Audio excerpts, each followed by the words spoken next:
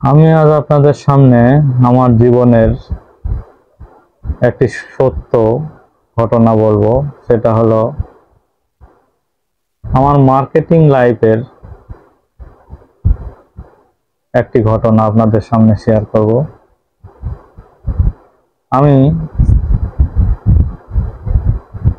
অনেক দিন আগে একটি ফার্মাসিউটিক্যালে চাকরি করতাম। সেই ফার্মাসিউটিক্যালে চাকরি করতে করতে আমাদের কোম্পানির পলিসি ছিল যে বাকিতেও ওষুধ দোকানে বিক্রি করা যেত এবং সপ্তাহ হোক প্রতিদিন হোক সেই টাকা কানেকশন করতে হতো। সেইভাবে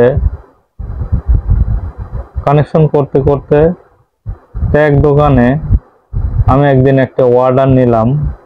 অর্ডার নিতে গিয়ে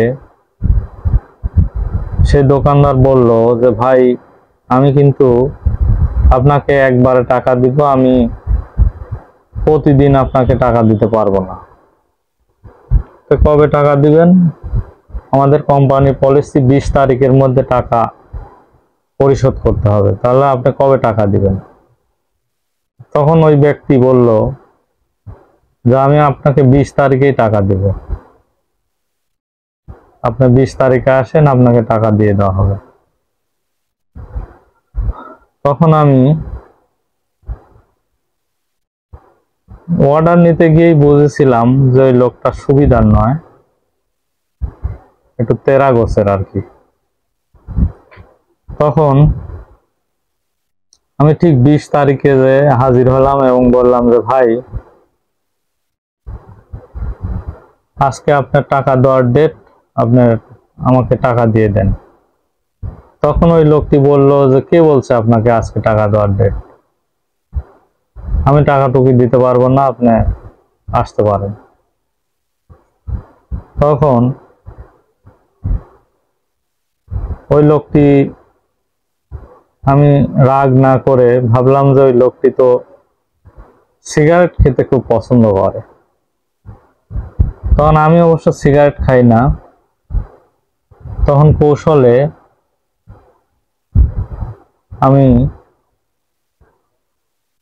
সিগারেট কিনলাম, আমি একটি নিলাম এবং ওই লোকটি একটি দিলাম। তারপর বললাম ভাই, টাকা দেওয়ার দরকার নাই, আপনি একটা সিগারেট খান, আমি একটা সিগারেট খাই। বলে সিগারেট ধরালাম, গল্প করতেছি। তখন ওই লোকটি খুশি হয়ে তার কর্মচারীকে বলল যে এই ভাইয়ের ওই ফাইলটা দে, আর টাকা কত আছে দেখ, দিয়ে দে। এই বলে সে আমার সম্পূর্ণ টাকা পরিশোধ করে দিল।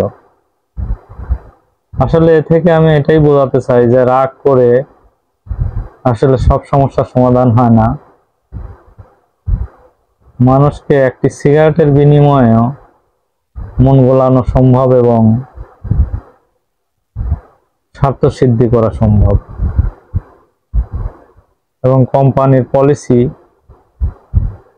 অনুসারে কাজ করা সম্ভব। ধন্যবাদ সবাইকে।